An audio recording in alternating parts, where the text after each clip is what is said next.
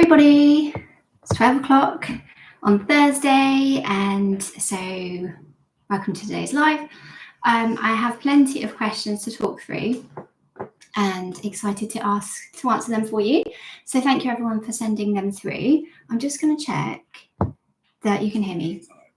Because as you probably heard last time, it had no sound. So I just need to make sure that this is actually working. And how do I even check? If you're watching, let me know if you can hear me, because I don't want to do the whole thing with no sound, because that's rubbish. Okay, it's working. Cool. Thank you. So yeah, I have plenty to get through today. I'll just give it a few minutes for anybody to join live, because I know some people were waiting. And if you are here and you do have a question as we go, please feel free to drop them in the comments. I will keep an eye on them and make sure to sort of prioritize them so you can watch and then get back to whatever it is you're up to today. So that sounds good. Fig is joining me, but he's literally right under here. I don't know if I can oh, there you go. There's a little ear. I mean, he might pop up properly later, but I'm just glad he's here, because normally he doesn't bother to join. He just stays in the house. So you're lucky to have him. So I'm going to get started with the questions that were sent ahead. I have lots to get through today, but they're really good questions. So hopefully it will be quite a nice session. But as I say, do let me know if you have any comments as we go, and we can chat in real time, so that'll be quite nice. Cool. So my first question is from Claire. And essentially the question is, what do I think about cat harnesses and taking cats out for walks? So I think previously I mentioned this in a different video. I can't even remember which one it was now, but I did say, oh, I'm not really a fan of harness walks. And then I just moved on. I didn't go into any details. So it's nice to have this question to be able to talk about that a bit more and sort of go into my reasons for that. So Claire said, at one point I thought I might be able to train my cat to use a harness purely so I could safely take her outside and have a little nature interaction. So I'd be interested to hear your thoughts, because there's lots of positive sort of comments and thoughts about that. So I do get that. And it's lovely to give your cat a safe way of going outside. There's plenty of ways where they can go out, where they're not just free to roam and put themselves at risk. So there's catios, there's enclosing the garden, and harnesses comes up as one of the ones that you could do. Oh, sorry, I've got loads of cat fur. I mean, I shouldn't stroke him while I'm chatting. So for me, it's tricky, because you do see plenty of cats that are loving it, and I love the accounts on Instagram where they're taking their cats out, and you can see their body language and you can see that they love it and they really like exploring, and the owners or the guardians are super mindful of what's happening around them and have managed this really well. But for me, I think when you see that and you're like, oh, I want to do that with my cat, your everyday person doesn't normally have the time or the resources to hand to make that such a good experience. So what I normally see when I go to people's houses is people say, I tried harness training and the cat hated it, or there's always problems that seem to arise. So the first thing is the actual harness itself. So lots of people will say, oh, we tried a harness, there was no way my cat was wearing it. He wriggled out of it, or he hated it once it was on. And there's that itself. It's it's a slow process to get your cat used to a harness, and we want them to enjoy wearing it rather than just lump it, oh, this is on me now, I better just wear it and put up with it. So that's the first challenge, and it is challenging to train your cat to like a harness or to accept that. So if you're able to give that the time and you can get them to a point where they do like the harness, then that's amazing. And so I wouldn't say don't do it, but that is something that you do need to bear in mind. And the harness needs to be right as well. It needs to be the right fit, it needs to be comfortable, it needs to make sure they can't back out of it when you go outside, because that is a risk. If you're using a harness and a lead, I guess, a long line to take your cats into your garden, to pitch up and to hang out there in the sunshine with them, then I'm all for that. That sounds great. That is just essentially cat proofing your own garden, isn't it? But it's on the line rather than making changes to your fences. So that can work, but you need to supervise them, because obviously intrusive thoughts in me just go to cats that tangle themselves up or get stuck somewhere and jump up trees or over fences. And if they're attached to a line, obviously we need to be there to make sure that they're not going to get themselves in any sort of problem. So that is something I would recommend, or wouldn't be opposed to. So the problems I find come when you're taking cats out into the street or out to a park or a woodland or a beach or lots of different sorts of places where we would love to take our cats, and I love that thought. But in reality, for your everyday cat person, it never seems to go that way, does it? Because you can't control anything going on around you, and your cat's is to run away. So what will they do if you're on a beach and a dog comes running over, or a car comes past a little bit too quick, or beats their horn at you? Or what will they do? They will try to run, and then they'll just be attached to this lead, and they'll panic, and it's super stressful. And so I come across a lot of people there. This has happened. They've tried taking a cat out, and they were like, it went terribly. We got scared. My cat got scared, and we didn't do it again. So again, I know I'm talking from my experience of individuals, but that is a big risk for me. And I don't know what other way they've got to cope with this stuff other than us just hoofing them off the floor and being like, go away from my cat. Because I think you need to have an awareness of the risks that are out there. So for me, the two main risks are three, to be fair. People who want to say hi, and which they do, because even I've seen cats on harnesses and in pushchairs, and I've gone running over to be like, oh my God, you've got a cat, can I say hi? And that's annoying, and your cat is not going to want that. And dogs, they vary, don't they? But even the friendly dogs will want to come over and say hi. And the way dogs say hello is that they sniff each other's bums, and they approach, and they go over and they get up in each other's faces, and they're like, hi. And so that's best case scenario for a friendly dog coming over. Your cat's still going to be very scared if that happens. If you get a dog who has a high predatory drive or is used to chasing cats, which some are, then that's going to go terribly too, because they're going to come over to chase, and your cat's going to panic. So again, I've walked my dog around. I haven't seen any cats on harnesses, but when I've walked around without him, I have then seen cats on the same route on a harness. And I wanted to be like, I'm glad I didn't have my dog here, because he's off lead, he's under good control. And if he saw a cat, he might run near it, but he wouldn't, because it's not on lead, they just run away. Whereas I don't know how he would cope if there was a cat there on a lead. He definitely would go over. So that is something to keep in mind. And then there is the risks of seeing other cats. Sorry, I've put myself on Do Not Disturb, and I can still hear notifications coming on, so I've done it wrong. But if cats are seeing other cats out on walks as well, then they're not free to express proper body language or interact in the way they want to do. So we don't want to fight, but sometimes you will see they'll have a bit of standoff, and they'll have that communication of like, I don't want you. And sometimes the interactions between cats outside are very, very tense. And if they're on a harness and they don't have freedom to run away, and we're there, it just amplifies everything, and it just doesn't really set itself up for a positive interaction. I know some cats don't fight and it will be fine, but it's just taking away that freedom for them. Then what are my other thoughts? Then I think there's something about the type of walk. So like when we go out with a dog, we sort of we choose the route and we decide where we go, and we sort of walk them around, and we come back and we're like, that's your walk for the day. With a cat, you can do it, but it should be more sort of at their pace. So I have some people who have walked their cats and they just go out and stand on the pavement outside, and that's all their cat wants to do. They want to just sniff around the front garden. They might wander a few meters that way, sniff around the bushes. And it's not a case of marching them around. It is sometimes just stood there, which is boring for you. But some cats do find that quite stimulating.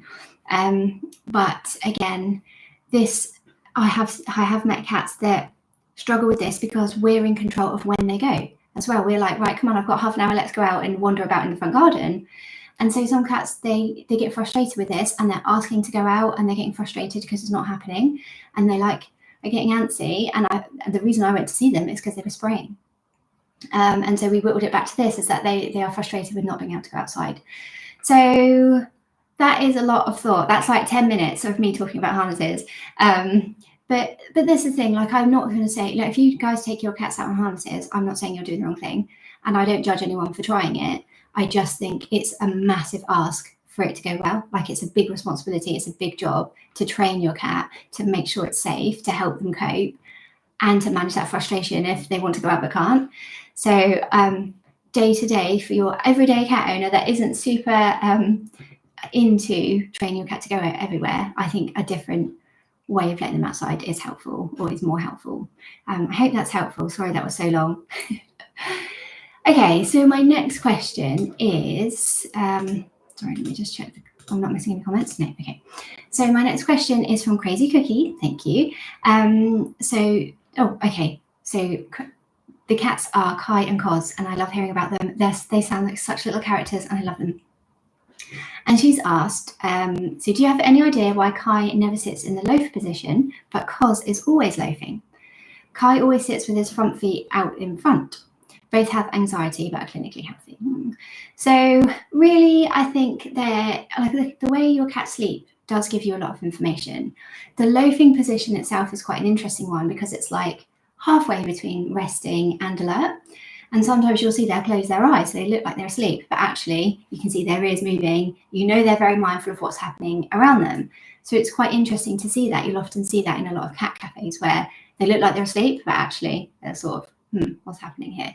So it's quite an interesting one. But I wouldn't worry if he doesn't do that, because it's not a sign that he's not super relaxed. Like if your cat was really relaxed, I'd imagine he would be, well, what you'll often see is that they'll lie out on their side, or they'll probably be resting like figures down here in like a little cross on, or a little pie, when we used to call it when I was little. And again, that's a different way. That's the same sort of thing, but in a different position. So if they're asleep in that position, they could have actually properly begun to rest, but they could be just as aware. They can still have their eyes open. I'm pretty sure Fig's not asleep just yet because he was literally just settling down. So he may just, when he's in that mood, he may just adopt a different position, and that's totally fine. I think I was thinking of like, why is it where you sleep on your back but your partner sleeps on their front? Like, there's no real reason for that. It's just personal choice.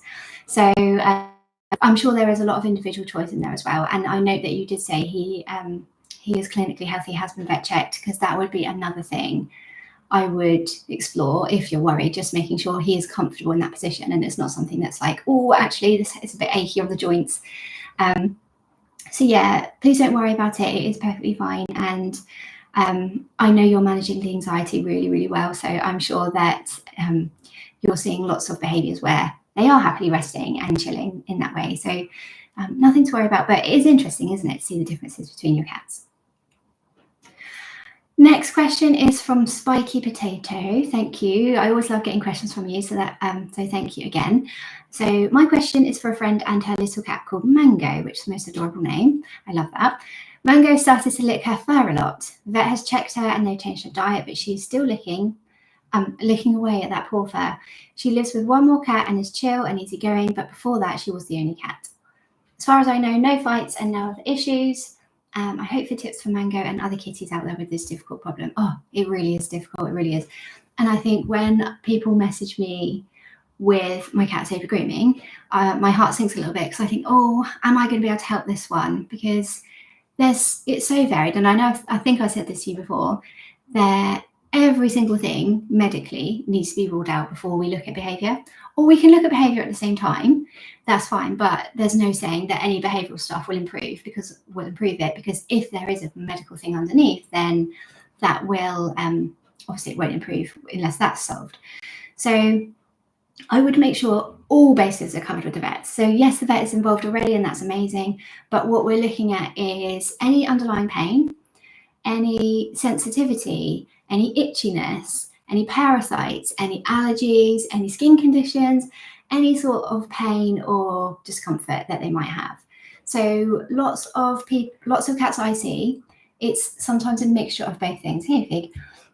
So it's a medical thing, but it's also got a behavioural element to it. So I'm sure this isn't the case for Mango, but just as an example, is that lots of cats suffer with cystitis, which is a stress-related physical condition where they've got painful tummy, but it is related to stress. So what I'll often see is cats that have licked away the entirety of like their lower tummy and all the inside of their back legs as well, because it's hurting.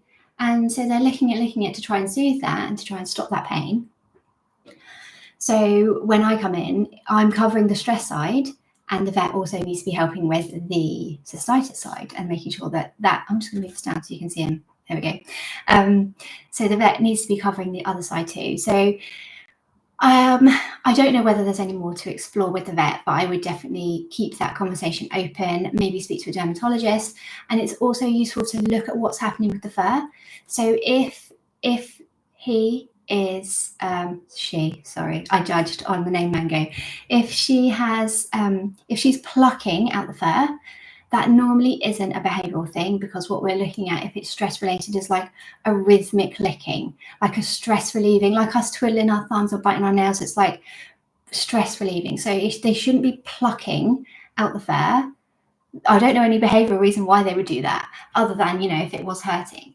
So if she's licking, then it's more likely to be behavioural, which I think it is from what you say. And then you'll know from like the fur as well, whether it's like fuzzy, so like you can see little like tiny spiky bits where they've plucked it out and you've still got like the little bits at the bottom. Or if she's licking it completely bald, that's more likely to be behavioural, but again, still could have a medical impact as well. Or are there patches where it seems to be falling out? So I worked with someone this is one we could never resolve. She had a tiny patch like that big on her like back flank. So it made no sense why she would lick that specific spot. It wasn't like a rhythmic thing, but she would lick it.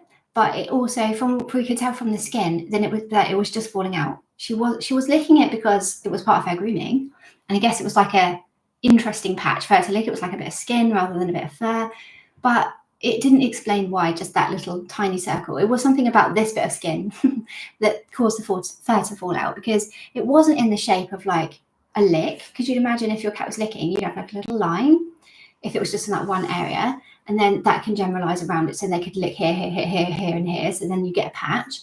But it didn't make sense why it was just that tiny little patch. So again, have a look at her specific, like what's happening to her specific fur, because sometimes they do get conditions where the fur can fall out, and it may not be over grooming, like you say.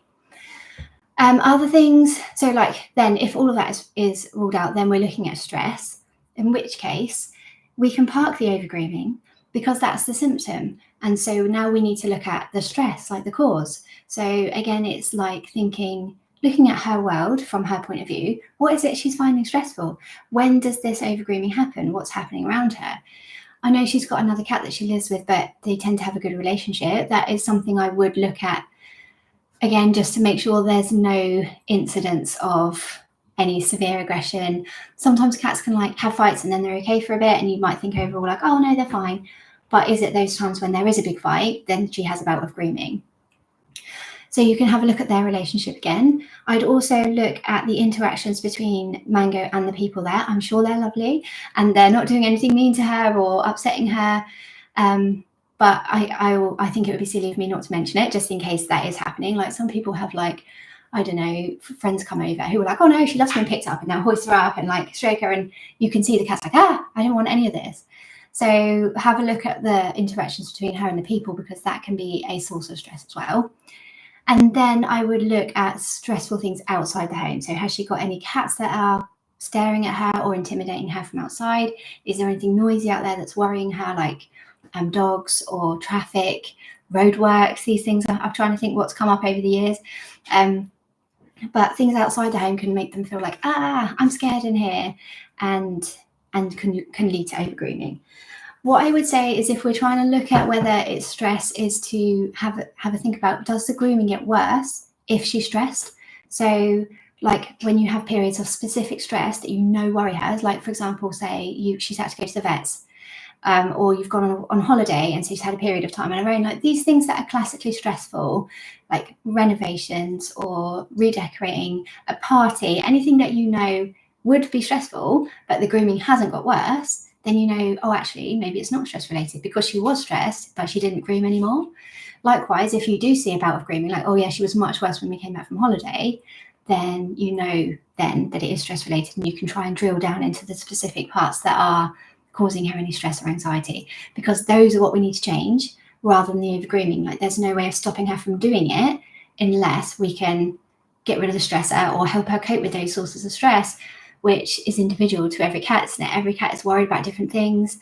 Every cat is an individual. So I once worked with a cat who was scared of the new rug and would like tiptoe around it and do everything they could to avoid the new rug.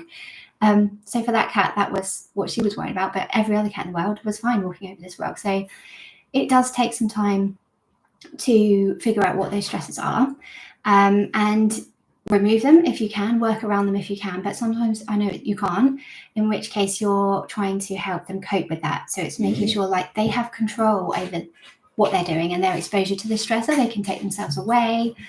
So like, for example, if it is cats outside, make sure there's plenty of resting spaces away from this area. You can frost over the bottom parts of the window if needs be. Try to keep them out of the garden, although that's really difficult and in some cases impossible. And I would also say to add in some more positives for Mango, like what does she enjoy doing? Does she like playing? Does she like a specific snuggly bed? And in which case, add loads of that stuff in, because it's just shifting that emotional balance from like, I'm stressed, into, oh, okay, great. No, I'm not as stressed because I've just been playing for 20 minutes. So it can just help sort of get her into a better emotional state. And then the only other thing I had in mind is anti-anxiety meds. If it's really something that you can't control and she's super stressed and the grooming's taken over her life, she shouldn't do anything else other than to sit and groom, then I would speak about medication. So anti-anxiety meds and also pain relief trial, just in case, is definitely something I would be looking at if we were working together. I'd be keeping that on my radar. So I hope that's helpful.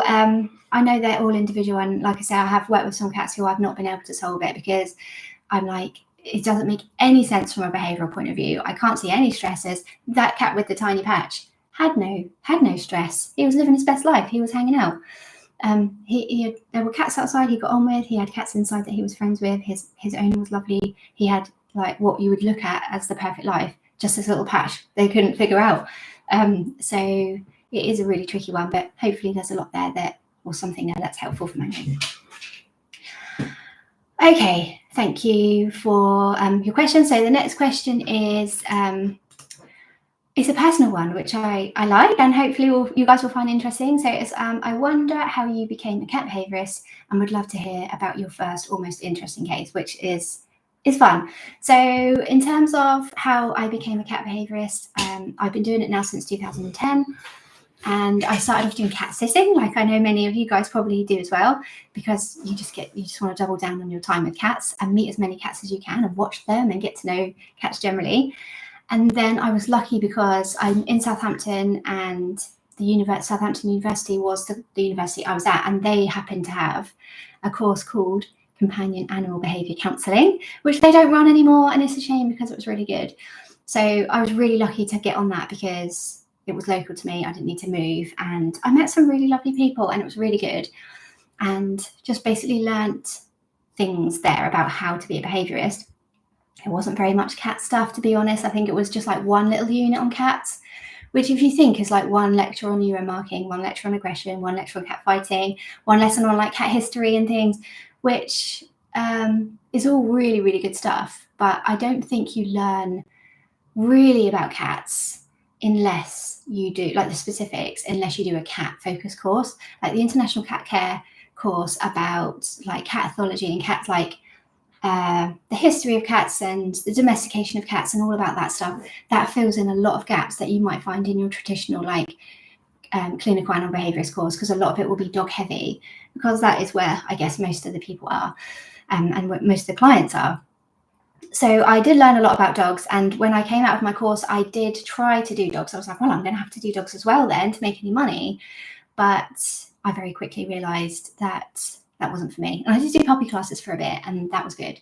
But I was like, it's fine. I'm just going to do cats. I had an office job, and I'll just do cats on the side, and I'll just build that up. But also, if it's one a month, one every couple of months, then that's fine. That's just one cat I can help, and that's just a side hustle that paid a little bit and I enjoyed. So that was really all I ever thought it was going to be. But over the years, it has built up, and I think probably people are more aware now that you can find a behaviourist for your cat. You don't have to put up with the problems, and if you do have a problem, then perhaps your cat's not overly happy and might need a bit of input to say, how can we make this cat happier and solve the problems at the same time?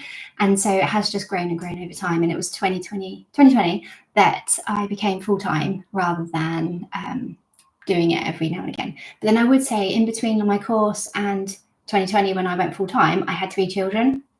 So I wasn't able to really push my business or sort of promote myself that way. I was quite happy seeing one a month or every couple of months. So if you guys are looking to go into the industry, you can afford to give it much more time, and it's not going to take you, how long did that take me? 10 years? 10 years to go full time. You can do it much more quickly. So now I see one cat a week, and that is because I haven't got enough capacity to see more. And even that, I'm thinking now, I don't know if this is enough.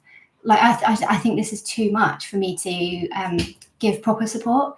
So I like to give a lot of follow-up support, or I try to give a lot of follow-up support, although some people want it and some people don't. So it's like an on-demand thing, like I'm here if you need me. But then I sometimes just get loads of follow-up, and I'm like, oh no, I can't manage this anymore. I need to cut down on how many cats I'm seeing. So it's something to keep in mind if you are going into this industry, and that you balance out your income and what you can physically handle, because it's very, very easy to get overwhelmed. They're not easy. It's not like you're just running through helping all these cats and leaving happy people in your path, because sometimes people are coming back to you to go, we've had a setback, things got better, now they've got worse, we've had no change.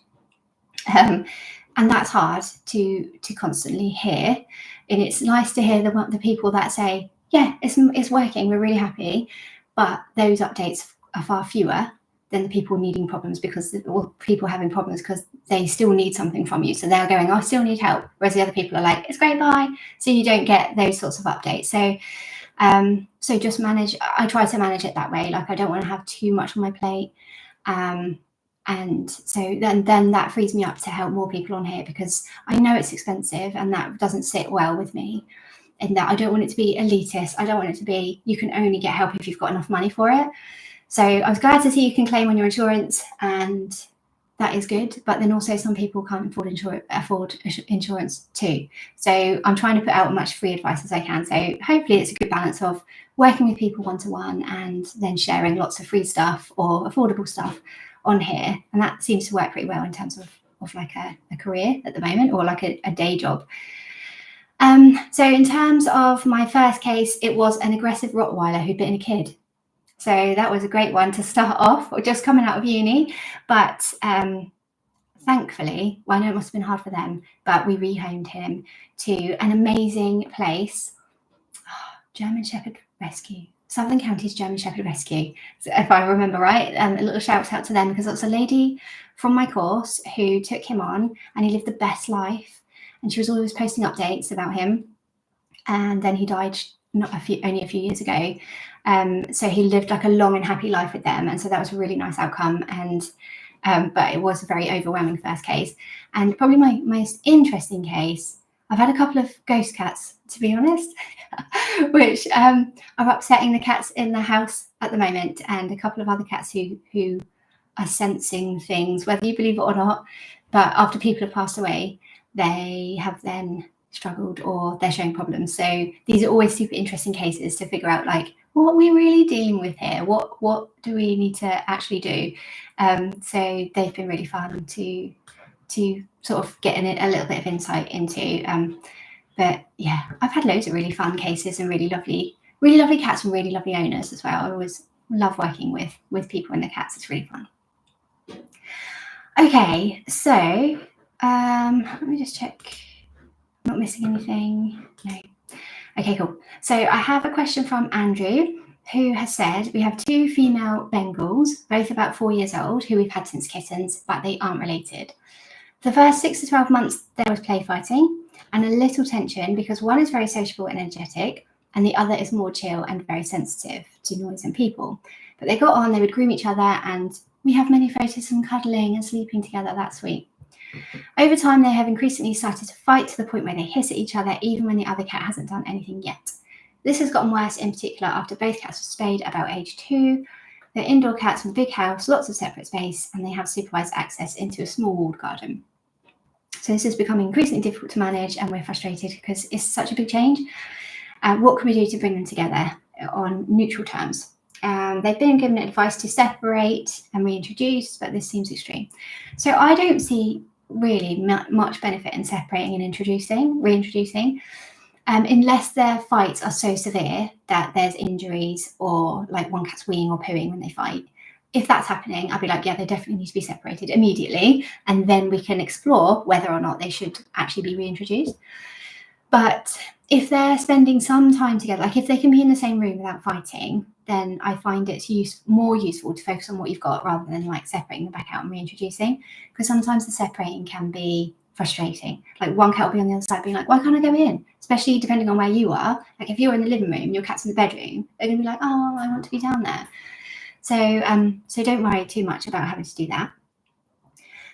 It's very normal for this to happen. Like around 2, Bengals are larger cats, so they're probably maturing a bit later than your like domestic Moggy. So 2 seems about right. And particularly Bengals, they are quite a territorial breed. Obviously, there's individual difference, but it isn't uncommon for cats to be super friendly while they're young, and then suddenly that territorial nature kicks in, and they're like, meh, no.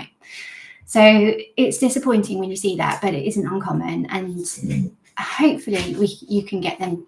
I think probably what I'd focus on now is stopping any fighting. So if they want to just be housemates rather than besties, then I take that as a win, as long as we can get on top of any fighting. Because you can't make them be friends. It's like people, isn't it? You can't just put 2 people together and be like, you must be friends, because yeah, that doesn't normally happen.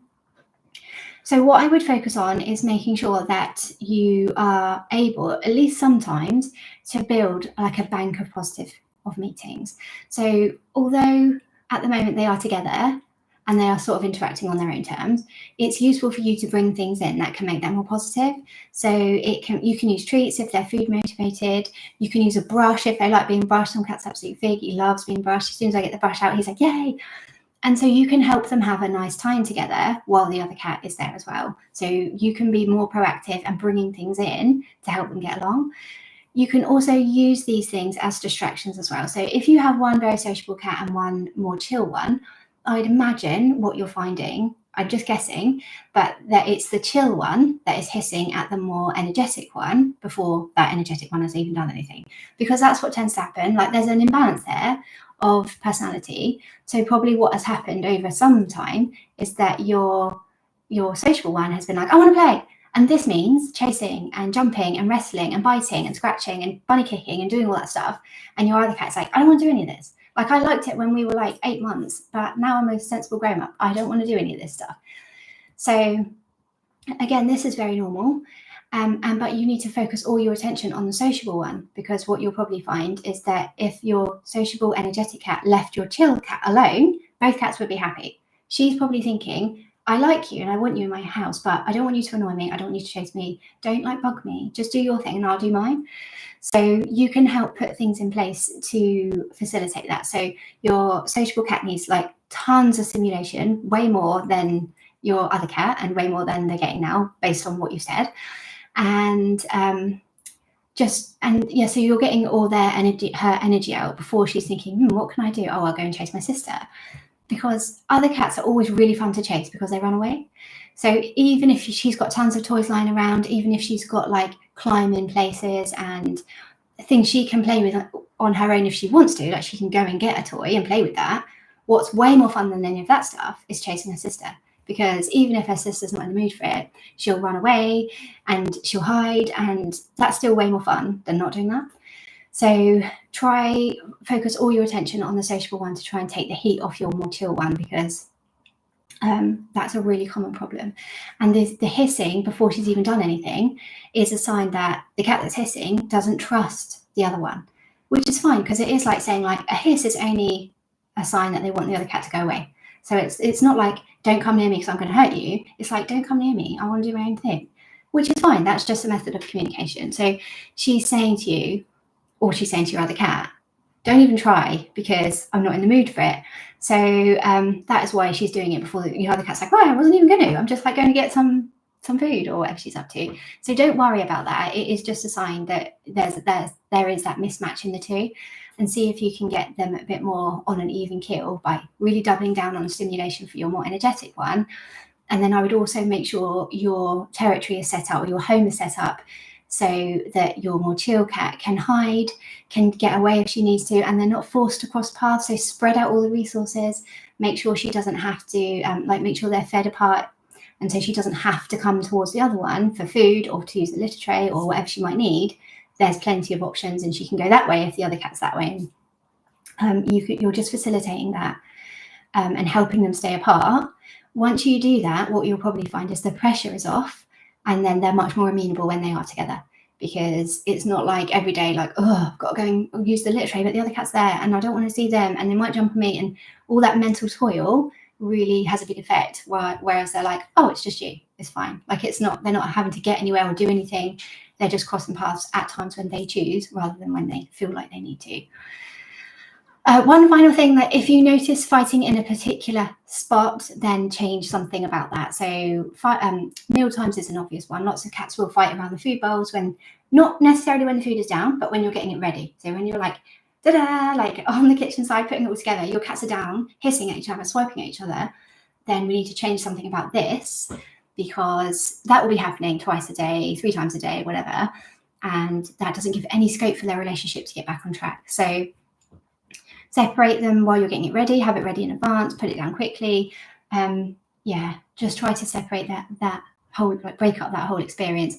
Likewise for beds as well. If they like a particular spot in the house, like the sunny patch on the bed or the top of the cat tree, there might be competition for these spaces, in which case you can double up on that, or you can help provide like a similar space, a different bed with a different patch of sun or whatever you might be able to make work in your home. But have a look for those areas of competition too, because sometimes these things are just rehearsed because they're happening so often that their relationship is like on a downward slope. So if we can take out these specific instances of fighting, then we're free for things to move in a more positive direction.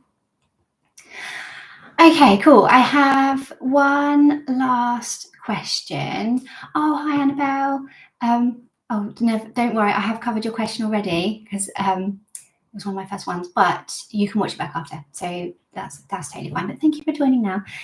So my last question is from Sarah, and it's an excellent question. And it's like, how can you earn a blind cat's trust if they can't see you and you can't give them a slow blink? Which is the most insightful question. I love that so much, because we know that if you blink your eyes slowly at a cat and they blink back at you, you've got the in. And that's something I put into my job every single day. Every time I meet a new cat, I must look silly because I walk into the house, and if it's a cat that is aggressive or scared of people, I'm blinking like this at them, and the person must be thinking, what's happening to your eyes? Why are you blinking so much? But it is definitely one of those things that is super important, and just does give you that. If they do it back to you, I always breathe a sigh of relief. I'm like, okay, for you, this cat's not going to attack me. That's fine. So how do you do that with a blind cat? So obviously that for this cat, that has totally been taken out. Like, you can't get that in with them. And so we have to work on other ways to build trust. And I think it's easier when it's your cat and you're able to be patient, give them the time they need, and allow that trust to bond. It's much more difficult if it's a stranger, if you're coming into their house to meet them, I'm not sure if it's your cat or if it's a cat that you're working with. But a few things I would keep in mind is to talk to them. So to let them know you're there, and to, like, well, it sounds silly, isn't it? But it's like to use a calm voice and quite a soft voice, which I think I just naturally have, which probably goes in my favour quite a lot. Whereas if you're sort of a loud, I always use the example of my older brother, which he probably hates me for, but he's loud, he's confident, he'll walk into a room and he's like, hi everyone, and that's great, and we all love that. But the cat's always like, what are you doing? And I think that sort of interaction for a blind cat would be a lot more tricky than for a cat who can see that and be like, I'm checking out now. So use your voice, be reassuring, let them know that you are there. And I always think as well, like, what other noises can we make? Like, I don't know if you can hear, but I always do this. And I'm sure you guys probably do. It's not like a secret thing. I always used to do that as a kid. But they can hear that, and it's a nice sort of like a quiet sound that they can easily detect. It's not going to spook them. It's not going to scare them.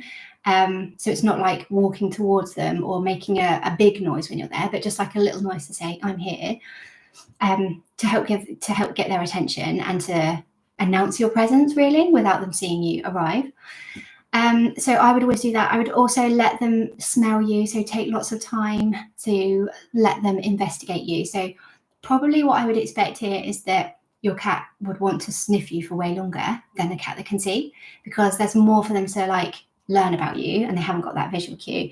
So I always have this thing with Fig that if he's sniffing me, I don't move. I just let him sniff. And sometimes normally it's 5 seconds or less.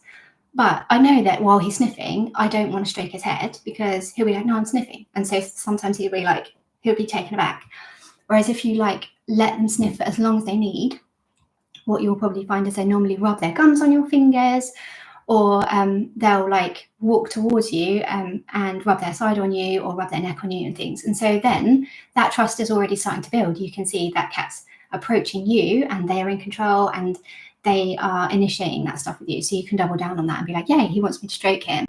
So I think I would focus on making sure you're really tuned in to what they are trying to tell you, and whether or not, like if he sniffs you and then he backs away, then he doesn't want any interaction with you, and that's fine. Then it is back to that patience and consistency, and not just keeping going with that, rather than thinking, what else can I do? What else does he need? It's just giving him that time. I've also put here, they need very friendly cat handling, very cat-friendly handling. So if it's a case that you need to, I don't know, pick them up and put them in a carrier, or they need some medicine, or it's something that they need, it's just to make sure you use your voice to tell them that you're there, and rather than hoofing them off the floor, which I know you would never do, but like they don't know what's around them, they don't know what to do. So I'd avoid like picking up and moving them places, let them go to places on their own, lure them places with treats if you need to, and talk to them throughout as well, so they consistently know where you are and they can sort of make sense of their surroundings, rather than trying to guess where you've gone or where they are at this point. I think I did work with someone before who would pick up their cat and put them on the bed, and he was blind, and they just thought, you don't need to do that, because suddenly he's like, I was on the floor, now I'm on the bed. And it was quite disorientating and things. So even that was just as sort of almost doing without thinking. I just picked my cat up and put them on the bed. But for him, that was such a big deal. So I'd just be mindful of that as well. And then I've just put here as a last thing is just to make sure that the home and their territory is as blind cat friendly as you can get. So lots of easy to reach safe areas where they can hide, and they'll get used to the layout, won't they? And they'll know where everything is. So try not to make any changes. And I know you would know this already, but we don't want to be making big changes to the household. If you do bring new furniture in, then make sure that you give them plenty of time to smell it, to suss it out, and to get used to it, and avoid popping things just in the middle of the room, even temporarily. You know, when you come in and you put your shopping bags down while you put stuff away, then I'd put them up on the counter and things, because it can be difficult for them, obviously, to see where they're going. My only reason for saying that is because if your cat is not happy in themselves, if they're a little bit stressed, if they're a little bit worried about something, then they're not going to be so easily able to bond with you and to trust you, because we want them to be happy, well-rounded, adorable, happy, stress-free, secure cats on their own, and then that makes everything so much easier. So that was just my little note to that, to make sure that all his needs are met in every other way, just to free up that mindset or mind space to be able to bond with you and trust you in that way. Sorry, that was really rambly. I hope that all that information has come across okay. Annabelle, yes, of course you can ask another question. I'm more than happy to help with any other questions anyone has. I realise I've been really rambly today, so I'll try to keep it concise. But yeah, more than happy if you're happy to post. Figure's being so adorable today. I'm really glad he's joined us. He's so sweet. And we are off to the vets later today because he needs a top up of his insulin. So, I don't know if I've actually sort of talked about this before, but Fig is diabetic. So I should do a little like all about Fig video, shouldn't I? But yeah, he was diagnosed with diabetes in 2022 because he was drinking a lot more water than normal. Like he was always sitting in the sink, but he was always in it. Every time I'd walk in, I'd be like, why are you in the sink again? So I thought, his kidney, something's gone wrong with his kidneys, and I took him to the vet. And then after some blood tests, they came back with actually his kidneys are fine, but he's got diabetes. So that was a real shock. And I was really nervous having to give him his twice daily injections because I don't want to inject him. It's horrible. But actually, I wouldn't say he loves it because it must be sore. but he loves like the attention. He loves hopping up onto the kitchen side, and he has it without any problems. And it's been really, really, I don't want to say easy, but it has been like a really easy thing to manage, way easier than giving tablets. That's what I found anyway. So yeah, we're off to the vets later to collect that stuff. Okay, so Annabelle, so can the heat affect cats' window of tolerance with stress? I've read about dog aggression picking up in heat, and there's a more likelihood of dog bites. This is an excellent question, and really topical, isn't it? Because it's been so hot. And absolutely, yes. And even now, I should have probably done some sort of video on this. But yeah, loads of people have come back to me to say things have got more difficult with them, with the problems we've been working on, like the cats are fighting way more, or that level of tolerance, particularly for aggression towards people, is much lower as well. So if you know your cat loves a good stroke and you can stroke him anytime you want and he loves it, you might find that actually if it's hot, he's a little bit less tolerant to it, especially for fluffy cats as well, because they do keep the heat a lot easier, a lot more. So I think we spoke before about, or I've tried to put some info out about keeping them cool, but it's hard, isn't it? Because they like being in control and doing their own things. You can just make these places available for them. Like you can put a cool mat down, you can have plenty of fresh water, you can have shade in the garden, you can have cool areas where they can go and cool off, put a fan on. But at the end of the day, if they don't want to sit by the fan, they're not going to sit by the fan. And so it's difficult to actually try to cool them down in a way that they're going to be comfortable with. So I've been trying to just keep the house cool generally, just to make it quite a cool place to be.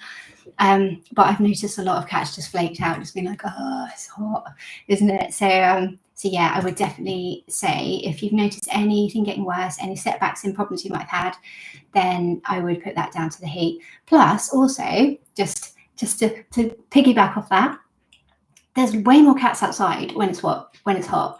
Perhaps not like on the blistering hot days, but on like the odd sunny day we get in a patch of rainy days, all the cats are like, yes, it's sunny, let's go out.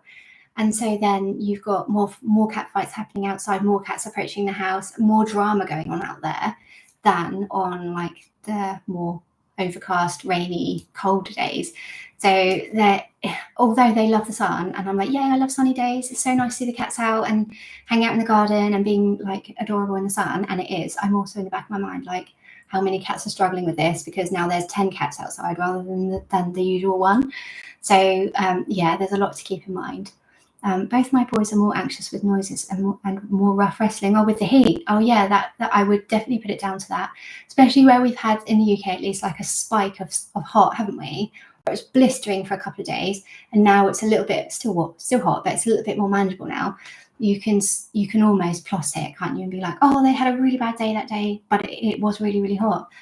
So yeah, that's definitely something to keep in mind. And I also find when it's really, really cold, lots of cats struggle with attention seeking as well, including my Sparkle's he's there. My other cat, he's in bed now, but when he's cold, he's so annoying at night. He's so annoying. He like meows constantly, and I know it's because he's cold. And he'll like snuggle in the covers, and then he'll settle down and get comfortable. So the cold weather also brings additional challenges as well. So there's so much to keep in mind, isn't there? They're such complicated little souls, and temperature and weather is just something that I think we probably overlook in terms of how it affects their behaviour and how it affects their everyday life.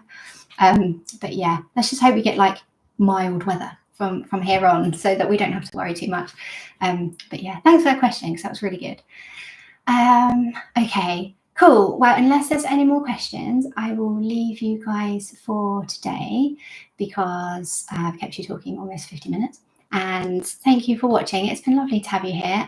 Normally I'm just chatting to myself. So thank you for coming, and I will catch you another day for a different live. And yeah, let me know about your cats in the comments, because, you know, as normal, I love to hear about them. But me and Fig will leave you for now. Take care. Bye. Oh, you're too adorable. Too adorable.